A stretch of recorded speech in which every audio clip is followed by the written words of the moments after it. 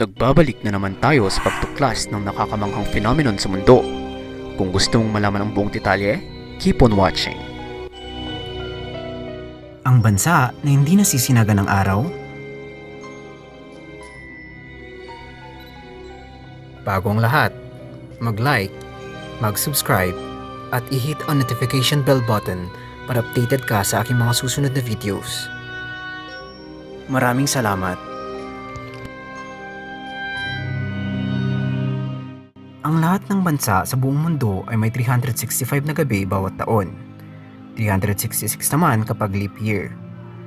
Pero kung naghahanap ka ng bansa kung saan nananatili itong madilim ng 24 hours, malamang ang Arctic Circle ang hinahanap mo.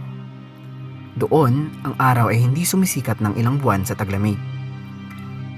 Ngunit iyon lamang ay nangyari sa winter season. Kabaligtaran naman ito sa tag-araw. Mayroong liwanag ng araw ang buwan mula sa Mayo hanggang Hulyo. At ang tagsibol at taglagas ay may pantay na bilang ng gabi at araw.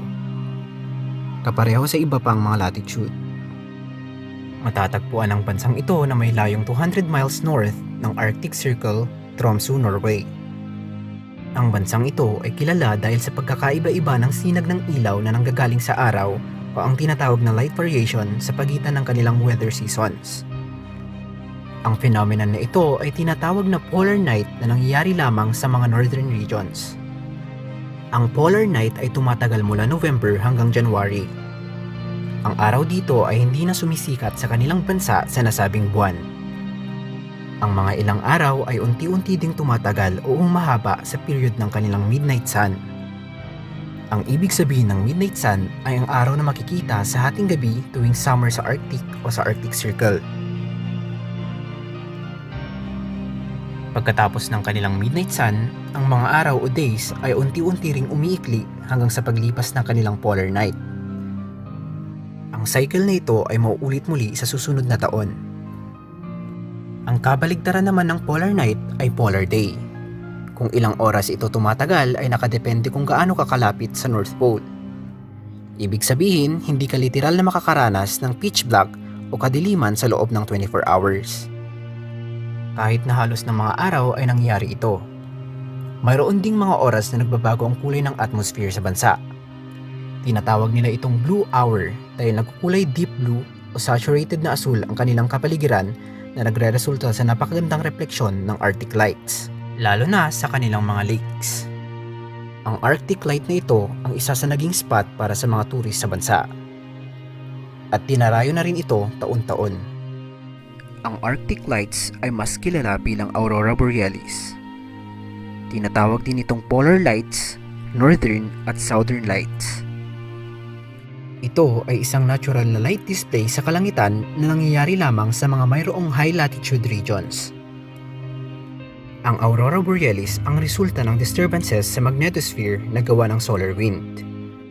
Napakaganda nga ng kanilang lugar at talagang namang mapapaisip ka na lang kung talagang nag-exist ito sa mundo dahil para ka na rin nag-travel sa ibang planeta. Ang mga locals ay kinokonsidera na ang period na ito ang isa sa kanilang pinaka-inaabangan taon-taon. Well, sino nga ba naman ang hindi ma-excite sa napakagandang phenomenon na ito? Ngunit hindi rin mawawala ang mga taong ayaw sa bansa. Ito ay dahil sa nasabing 3 buwan ng winter o polar night. Ang mga tao ay takot manirahan dito dahil nakaka-depress daw ang madilim na winter para sa kanila. Ito ay ayon sa isang vlog ng tourist na nagpunta sa Norway. Pero kung tayo mga tao na nakatira sa tropical country ang tatanungin, siguradong gustong-gusto nating maranasan ang season na ito, lalo na ang blue hour sa polar night at higit sa lahat ang Aurora Borealis. Kung binabalak mong pasyalan ang napakagandang bansang ito pagkatapos ng COVID, narito ang listahan ng mga destinasyon na dapat mong puntahan sa polar night periods. Ang una sa listahan ay ang Lofoten Islands.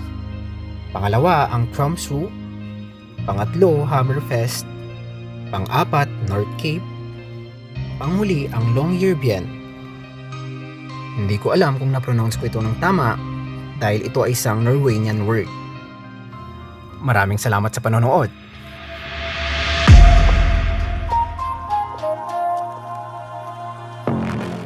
Nag-enjoy ka ba sa video ito?